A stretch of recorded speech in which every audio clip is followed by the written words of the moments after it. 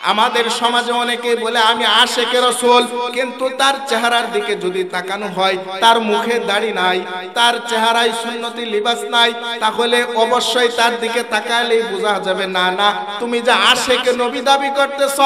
ও মুসলমান, তুমি যে নিজেকে পীর দাবি করতেছ, ও মুসলমান দেখেন আমরা কেমন মুসলমান, অমুক দরবারে যাই তমুক দরবারে যাই। ঠিক আছে, আল্লাহ তাআলা বলেছেন ইয়া আইয়ুহাল্লাযীনা আমানুত্তাকুল্লাহ ওয়া কুনু মা'আস সাদিকিন, তোমরা সত্যবাদীদের কাছে যাও, যারা ইনসাফের কথা বলে তোমরা তাদের কাছে যাও, আল্লাহর ওলিদের কাছে যাও। কিন্তু অনেক আমাদের সমাজে আল্লাহর ওলির দাবিদার আছে কিন্তু আল্লাহর রাসূলকে ভালোবাসে না। কারণ পীর সাহেবের চেহারার দিকে যদি তাকাই, তার মুখে দাড়ি নাই, তার পরনে পাঞ্জাবি নাই, তাহলে তো আমি স্পষ্টই জানতে পারলাম যে পীরের শরীরে আল্লাহর রাসূলের সুন্নতের ভালোবাসা নাই, তাহলে সে আশিক নবী হয় কেমনে?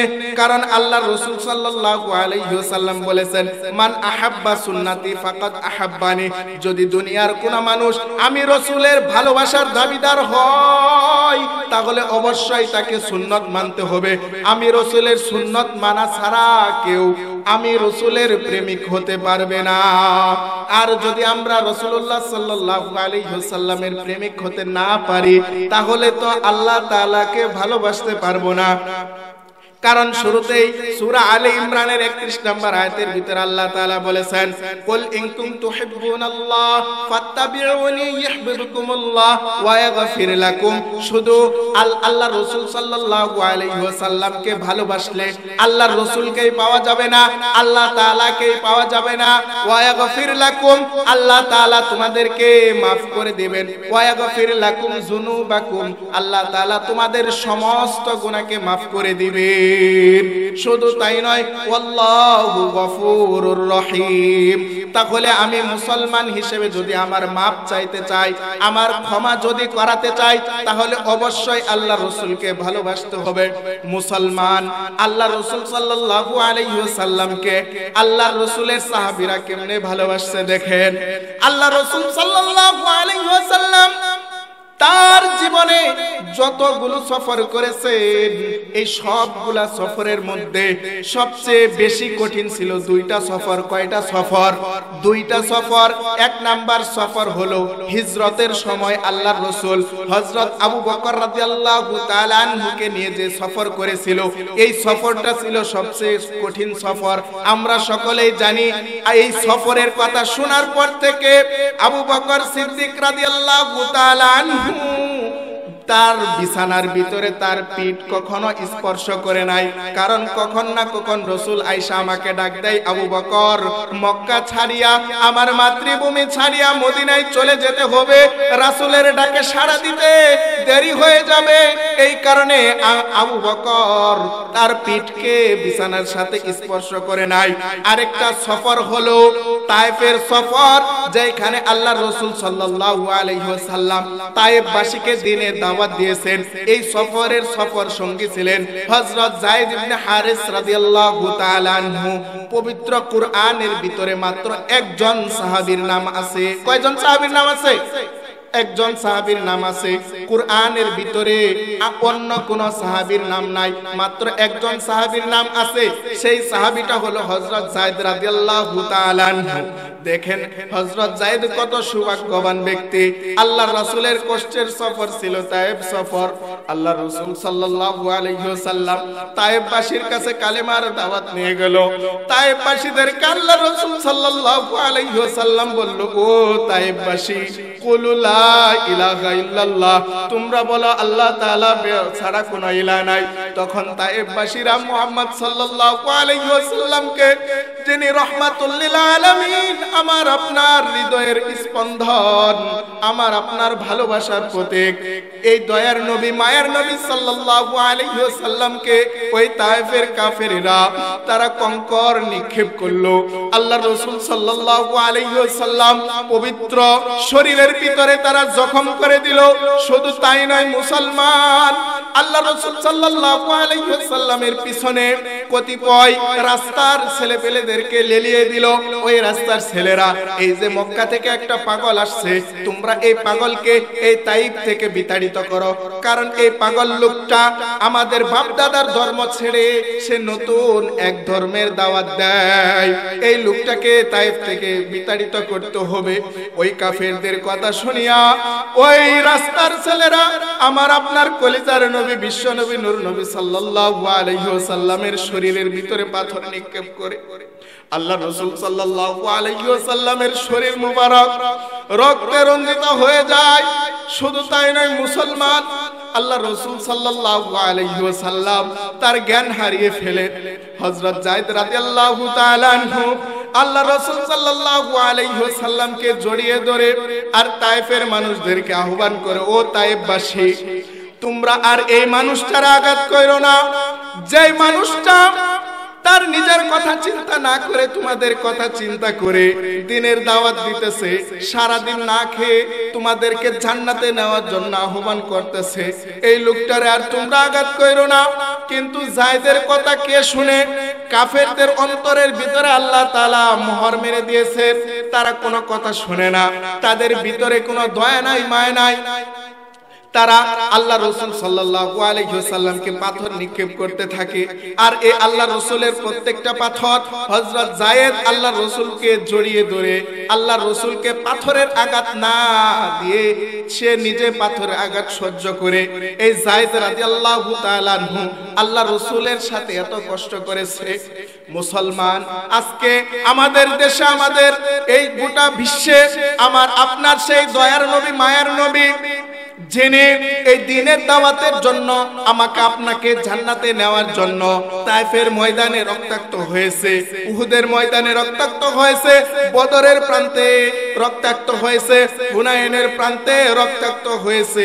শুধু তাই নয়, আমার আপনার জন্য তার দাঁত মুবারকগুলো শহীদ করে দিয়েছে, আমার আপনার জন্য পাথর নিক্ষেপিত হয়েছে, আমার আপনাকে জান্নাতে নেওয়ার জন্য দয়ার নবী, মায়ের নবী এত কষ্ট করেছেন। আর এই দুনিয়ার ভিতরে কিছু মানুষ, আমাদের দেশের কিছু মানুষ, এই আমার আপনার হৃদয়ের স্পন্দন, আমার আপনার অনুসরণীয় অনুকরণীয় ব্যক্তিকে নিয়ে কটূক্তি করে আল্লাহ রাসূল সাল্লাল্লাহু আলাইহি ওয়াসাল্লামকে নিয়ে বাজে বাজে কথা বলে। যদি দুনিয়ার কোন মানুষ এই আমার আপনার নবীকে নিয়ে, যদি দুনিয়ার কোন মানুষ আল্লাহ রাসূল সাল্লাল্লাহু আলাইহি ওয়াসাল্লামকে নিয়ে বিশুদ্ধার করে, তাহলে ওই ব্যক্তির মাথাকে গর্দান থেকে আলাদা করে দেওয়া, এটা আমার আপনার ইমানি দায়িত্ব। চিল্লায় বলেন ঠিক কিনা?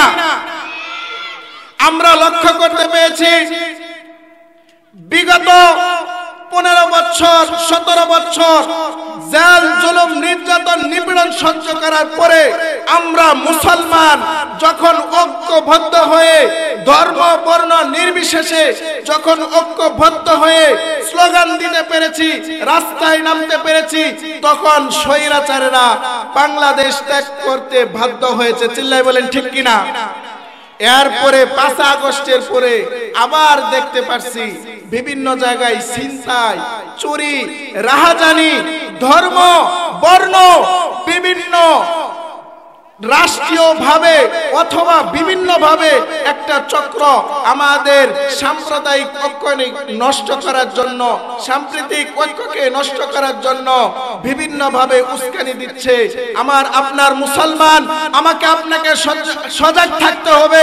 5 আগস্টে এবং তার পূর্বে আমরা সকলেই যেমন ঐক্যবদ্ধ হয়ে স্লোগান দিয়ে মাঠে নেমেছি, ঠিক তদ্রূপ এখন আমাকে আপনাকে প্রস্তুত থাকতে হবে, যাতে পুনরায় কোনো ব্যক্তিরা আমাদের উপর কোনো কিছু চাপিয়ে দিতে না পারে, যাতে করে কোনো চাঁদাবাজি, দখলবাজ করতে না পারে। এই কারণে আমাকে আপনাকে সব সময় সোচ্চার থাকতে হবে। আমরা সকলে প্রস্তুত আছি না ইনশাআল্লাহ?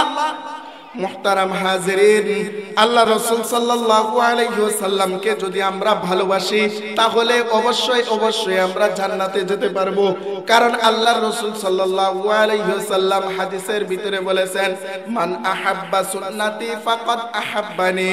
যদি দুনিয়ার কোন মানুষ আমি নবীকে আমার নবীর সুন্নতকে ভালোবাসে, ফাকাদ আহাব্বানি, সে আমার সুন্নতকে ভালোবাসে নাই, সে কেবল আমি রাসূলকে ভালোবেসেছে। ওয়ামান আহাব্বানি, আর দুনিয়ার যে সৌভাগ্যবান ব্যক্তি আমার সুন্নতকে ভালোবাসতে পেরেছে, ফামাই ফিল জান্নাহ, তাহলে ওই ব্যক্তি আমার সাথে জান্নাতে থাকবে। আমরা সকলে আল্লাহ রাসূলের সাথে জান্নাতে যাওয়ার জন্য প্রস্তুত আছি কিনা? প্রস্তুত আছে? যারা যারা আল্লাহ রাসূল সাল্লাল্লাহু আলাইহি ওয়াসাল্লামের সাথে জান্নাতে যেতে প্রস্তুত আছি আমাদের দুই হাত তুলে দেখাই ইনশাআল্লাহ। ইনশাআল্লাহ আমরা আল্লাহ রাসূলের সাথে জান্নাতে যাব। কিন্তু ফুলবাগচালার মানুষ আপনাদের পায়ে ধরে বলতে চাই, হাত নামান। আল্লাহ রাসূলকে যদি ভালোবাসতে চাই, আল্লাহ রাসূলের সাথে যদি জান্নাতে যেতে চাই, অবশ্যই আমাকে আপনাকে আল্লাহ রাসূলের অনুসরণ করতে হবে, সুন্নতকে ভালোবাসতে হবে। আল্লাহ রাসূলের অসংখ্য সুন্নত সময়ের মধ্যে হতে একটা দৃশ্যমান সুন্নত হলো মুখের দাড়ি। কি বলেন? দাড়ি। আপনাদের পায়ে ধরে বলে যায়, আল্লাহ রাসূল সাল্লাল্লাহু আলাইহি ওয়াসাল্লামের অসংখ্য সুন্নত থেকে শ্রেষ্ঠতম একটা সুন্নত হলো তার দাড়ি। এই দাড়িটা যদি আমি রাখতে পারি, কবরে যাওয়ার পর যদি বলা হয়, ও মুসলমান তুমি নামাজ পড়েছিলা, তোমার নামাজটা বরবাদ হয়ে গেছে, কবুল হয় নাই, তুমি নামাজ পড়েছ, এটার দলিল কি? এটা তো আল্লাহর কাছে কবুল হয় নাই। তুমি দান করেছিলা, তোমার দানটা তো কবুল হয় নাই। তুমি সদকা করেছিলা, তোমার সদকাটা কবুল হয় নাই। রোজা করেছিলা, তোমার রোজাটা কবুল হয় নাই। তখন আমার আপনার আমল দেখানোর মতো কোনো কাজ থাকবে না, কোনো আমল দেখাইতে পারবো না। যদি আমি আপনি মুসলমানের চেহারার ভিতরে আল্লাহর রাসূলের এই সুন্নতটা থাকতে পারে, যদি থাকে এই দাড়ি, তখন আমি ফেরেশতাদেরকে বলতে পারবো, আল্লাহ তাআলাকে বলতে পারবো, ও আমার রব, ও ফেরেশতারা, ও আমার মালিক আল্লাহ, আপনি দেখেন আমি দুনিয়াতে আপনার রাসূলের অনুসারী ছিলাম, আমি দুনিয়াতে আপনার রাসূলকে ভালোবাসতাম, আপনার রাসূলকে ভালোবেসে দেখেন আমার চেহারার ভিতরে আমি দাড়ি নিয়ে আপনার সামনে উপস্থিত হয়েছি। তখন আল্লাহ তাআলা আপনার এই দাড়ি দেখে, আপনার এই সুন্নতের উসিলা করে সমস্ত গুনাহ maaf করে দিয়ে বান্দাকে বলবে, ও বান্দা, আমি দেখতে পাচ্ছি তুমি সত্যি আমার রাসূলকে ভালোবাসছো, আর আমার রাসূল বলেছে যে আমার সুন্নতকে ভালোবাসবে আমি রাসূলের সাথে জান্নাতে থাকবে, তুমি আমি রাসূলের সাথে জান্নাতে চলে যাও। এই কারণে আপনাদেরকে আবারও বলবো, আমরা সকলেই আল্লাহ রাসূলের অসংখ্য সুন্নত সময়ের মধ্য থেকে সকল সুন্নতই মানবো। অসংখ্য সুন্নতের থেকে যেটা দৃশ্যমান সুন্নত সেটা কি? দাড়ি। এই কারণে আমরা সকলে এখান থেকে নিয়ত করে যাই, আজ থেকে আল্লাহর রাসূলের কলিজায় আর আঘাত দিব না, আজ থেকে আমার দাড়ির ভিতরে আর ব্লেড লাগাবো না, আজ থেকে আমি রাসূলের আদর্শ প্রেমিক হয়ে গেলাম, আজ থেকে আমি আশিক রাসূল হয়ে গেলাম। আর যারা আশিক রাসূলের কথা বইলা বইলা ঘুরে কিন্তু মুখে দাড়ি নাই, এর নাম কি? ভাউতাবাজি। এর নাম কি? ভাউতাবাজ। এই কারণে মুসলমান আমার আপনার হুঁশ থাকতে হবে।